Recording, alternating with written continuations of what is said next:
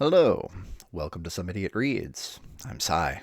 I'm some idiot, and it actually is rather amusing to me. I'm going to keep this quick and actually just trying to dive straight into the work so I don't ramble for 5 minutes.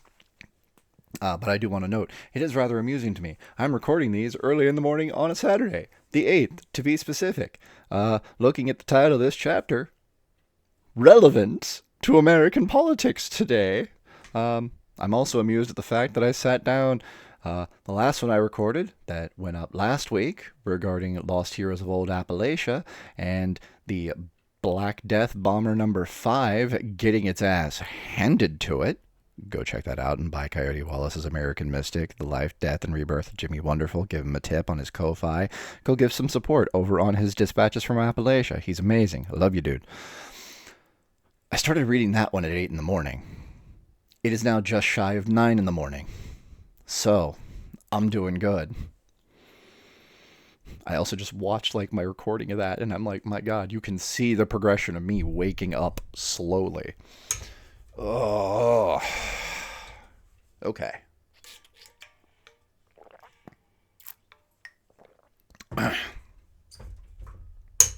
All right, let's do this.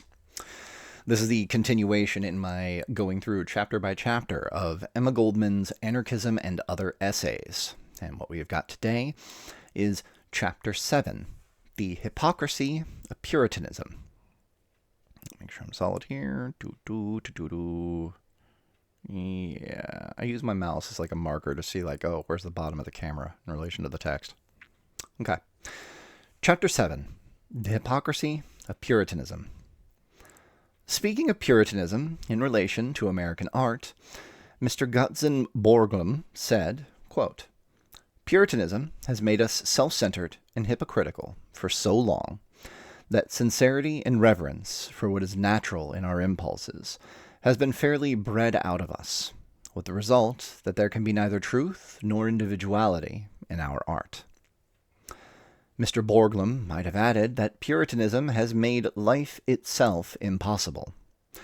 More than art, more than aestheticism, life represents a beauty in 1,000 variations. It is indeed a gigantic panorama of eternal change.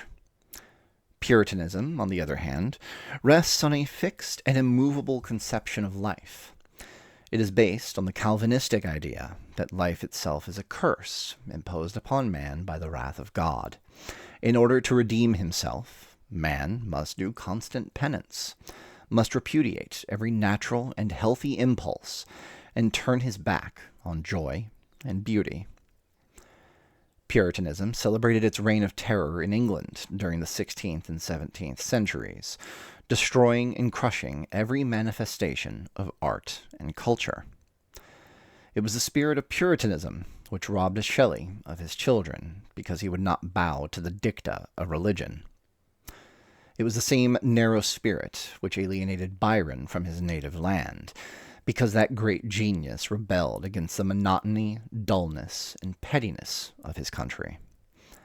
It was Puritanism, too, that forced some of England's freest women into the conventional lie of marriage. Mary Wollstonecraft, and later, George Eliot. And, recently, Puritanism has demanded another toll, the life of Oscar Wilde. In fact, Puritanism has never ceased to be the most pernicious factor in the domain of John Bull, acting as censor of the artistic expression of his people, and stamping its approval only on the dullness of middle-class respectability. It is therefore sheer British jingoism which points to America as the country of puritanic provincialism. It is quite true that our life is stunted by Puritanism, and that the latter is killing what is natural and healthy in our impulses. But it is equally true that it is to England that we are indebted for transplanting this spirit on American soil. It was bequeathed to us by the Pilgrim Fathers. Fleeing from persecution and oppression, the Pilgrims of the Mayflower fame established in the New World a reign of puritanic tyranny and crime.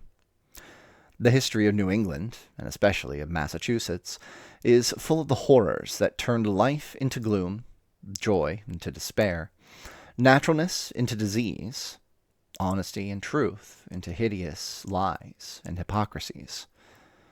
The ducking stool and the whipping post, as well as numerous other devices of torture, were the favorite English methods for American purification. Boston, the city of culture, has gone down in the annals of Puritanism as the bloody town. It rivaled Salem even in her cruel persecution of unauthorized religious opinions. On the now famous Common, a half-naked woman with a baby in her arms was publicly whipped for the crime of free speech. And on that same spot, Mary Dyer, another Quaker woman, was hanged in 1659. In fact, Boston has been the scene of more than one wanton crime committed by Puritanism. Salem, in the summer of 1692, killed 18 people for witchcraft.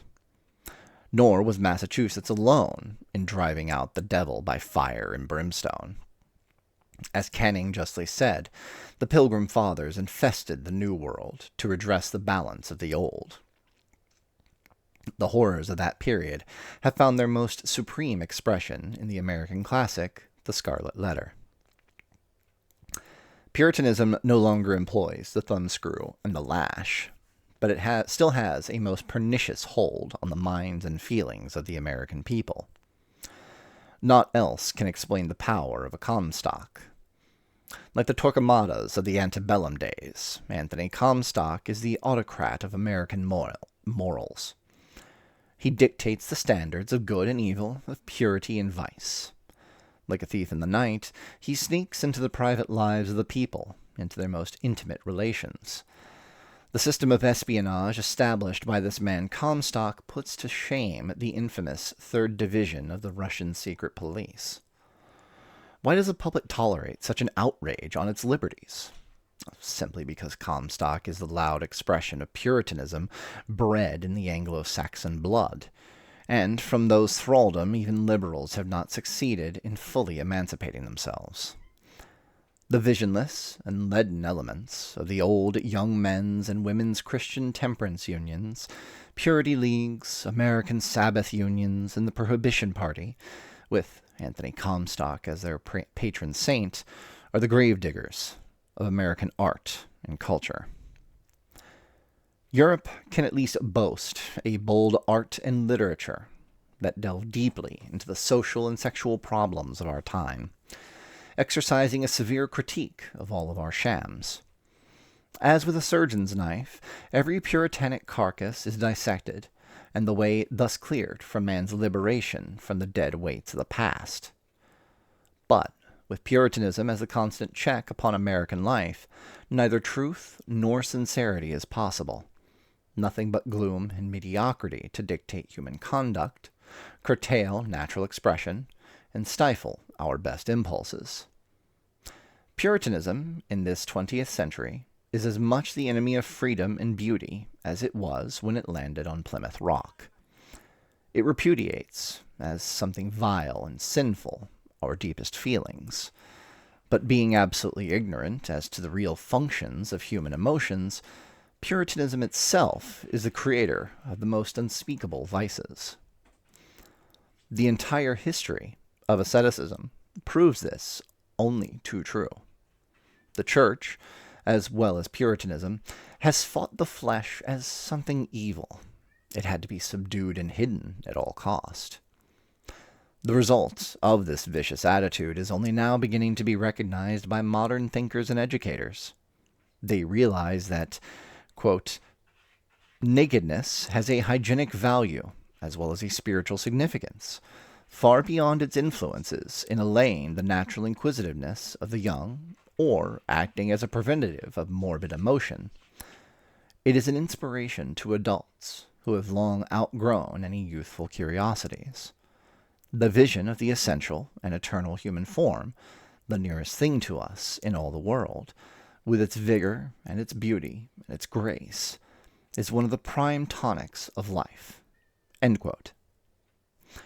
But the spirit of purism has so perverted the human mind that it has lost the power to appreciate the beauty of nudity, forcing us to hide the natural form under the plea of chastity.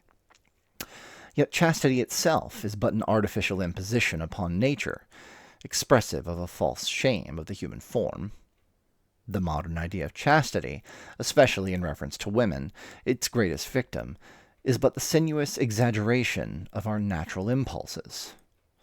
Quote, chastity varies with the amount of clothing, end quote, and hence Christians and purists hasten forever to cover the heathen with tatters, and thus convert him to goodness and chastity. Puritanism, with its perversion of the significance and functions of the human body, especially in regard to woman, has condemned her to celibacy, or to the indiscriminate breeding of a diseased race, or to prostitution. The enormity of this crime against humanity is apparent when we consider the results. Absolute sexual continence is imposed upon the unmarried woman, under pain of being considered immoral or fallen, with the result of producing neurasthenia, impotence, depression, and a great variety of nervous complaints involving diminished power of work, limited enjoyment of life, sleeplessness, and preoccupation with sexual desires and imaginings. The arbitrary and pernicious dictum of total continence probably also explains the mental inequality of the sexes. Thus, Freud believes that the intellectual inferiority of so many women is due to the inhibition of thought imposed upon them for the purpose of sexual repression. Having thus suppressed the natural sex desires of the unmarried woman, Puritanism, on the other hand, blesses her married sister for incontinent fruitfulness in wedlock. Indeed, not merely blesses her, but forces the woman, oversexed by previous repression, to bear children, irrespective of the weakened physical condition or economic inability to rear a large family. Prevention, even by scientifically determined safe methods, is absolutely prohibited. Nay, the very mention of the subject is considered criminal. Thanks to this puritanic tyranny, the majority of women soon find themselves at the ebb of their physical resources. Ill and worn, they are utterly unable to give their children even elementary care. That, added to economic pressure, forces many women to risk utmost danger rather than continue to bring forth life. The custom of procuring abortions has reached such vast proportions in America as to be almost beyond belief. According to recent investigations along this line, 17 abortions are committed in every 100 pregnancies. This fearful percentage represents only cases which come to the knowledge of physicians. Considering the secrecy in which this practice is necessarily shrouded, and the consequent professional inefficiency and neglect, Puritanism continuously exacts thousands of victims to its own stupidity and hypocrisy. Prostitution, although hounded, imprisoned, and chained, is nevertheless the greatest triumph of Puritanism. It is its most cherished child, all hypocritical sanctimoniousness notwithstanding. The prostitute is the fury of our century, sweeping across civilized countries like a hurricane, leaving a trail of disease and disaster. The only remedy Puritanism offers for this ill-begotten child is greater repression and more merciless persecution. The latest outrage is represented by the Page Law, which imposes upon the state of New York the terrible failure and crime of Europe, namely, registration and identification of the unfortunate victims of Puritanism. In equally stupid manner, Purism seeks to check the terrible scourge of its own creation, venereal diseases. Most disheartening, it is that this spirit of obtuse narrow-mindedness has poisoned even our so-called liberals, and has blinded them into joining the crusade against the very things born of hypocrisy of Puritanism, prostitution, and its results. In willful blindness, Puritanism refuses to see that the true method of prevention is the one that makes it clear to all that, quote, venereal diseases are not a mysterious or terrible thing, a penalty of the sin of the flesh, a sort of shameful branded by Puritist malediction, but an ordinary disease that may be treated and cured, end quote. By its method of obscurity, disguise, and concealment, Puritanism has furnished favorable conditions for the growth and spread of those diseases. Its bigotry is again most strikingly demonstrated by the senseless attitude in regard to the great discovery of Professor Ehrlich, hypocrisy veiling the important cure for syphilis with vague allusions to a remedy for a certain poison. The almost limitless capacity for Puritanism for evil is due to its entrenchment behind the state and the law. Pretending to safeguard the people against quote-unquote immorality, it has impregnated the machinery of government and added to its usurpation of moral guardianship the legal censorship of our views, feelings, and even of our conduct. Art, literature, the drama, the privacy of the mails, in fact, our most intimate tastes, are at the mercy of this inexorable tyrant. Anthony Comstock, or some other equally ignorant policeman, has given power to desecrate genius, to soil and mutilate the sublimest creation of nature, the human form. Books dealing with the most vital issues of our lives and seeking to shed light upon dangerously obscured problems are legally treated as criminal offenses, and their helpless authors thrown into prison or driven to destruction and death. Not even the domain of the Tsar is a personal liberty daily outraged to the extent that it is in America, the stronghold of puritanic eunuchs.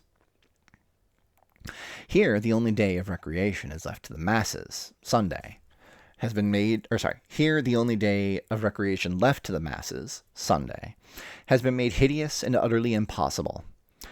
All writers on primitive customs and ancient civilization agree that the Sabbath was a day of festivities, free from care and duties, a day of general rejoicing and merrymaking. In every European country, this tradition continues to bring some relief from the humdrum and stupidity of our Christian era. Everywhere, concert halls, theaters, museums, and gardens are filled with women and children, particularly workers and their families, full of life and joy, forgetful of the ordinary rules and conventions of their everyday existence.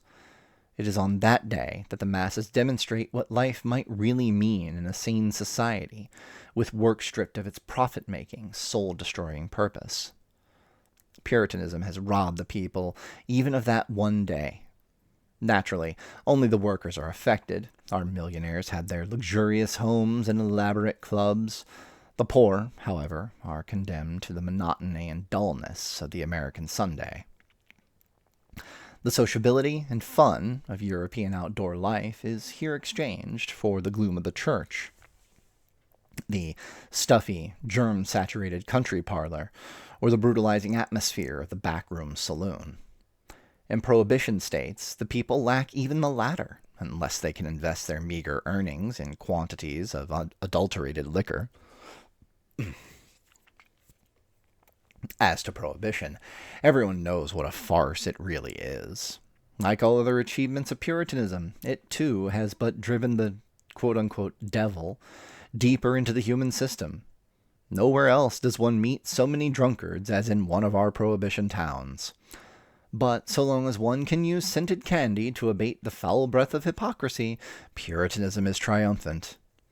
Ostensibly, prohibition is opposed to liquor for reasons of health and economy, but the very spirit of prohibition itself being abnormal, it succeeds in creating an abnormal life. Every stimulus which quickens the imagination and raises the spirits is as necessary to our life as air. It invigorates the body and deepens our vision of human fellowship. Without stimuli, in one form or another, creative work is impossible, nor indeed the spirit of kindliness and generosity. The fact that some great geniuses have seen their reflection in the goblet too frequently does not justify Puritanism in attempting to fetter the whole gamut of human emotions. A Byron and a Poe have stirred humanity deeper than all the Puritans can ever hope to do. The former have given to life meaning and color. The latter are turning red blood into water, beauty into ugliness, variety into uniformity and decay. Puritanism, in whatever expression, is a poisonous germ. On the surface, everything may look strong and vigorous. yet the poison works its way persistently until the entire fabric is doomed. With Hippolytine, I know I pronounced that wrong, every truly free spirit has come to realize that, quote, Puritanism is the death of culture, philosophy, humor, and good fellowship. Its characteristics are dullness, monotony, and gloom. Oh. And that was chapter 7. Definitely on the shorter end as far as some of these have gone. But yeah, no less poignant than I thought it would be from the title of the chapter.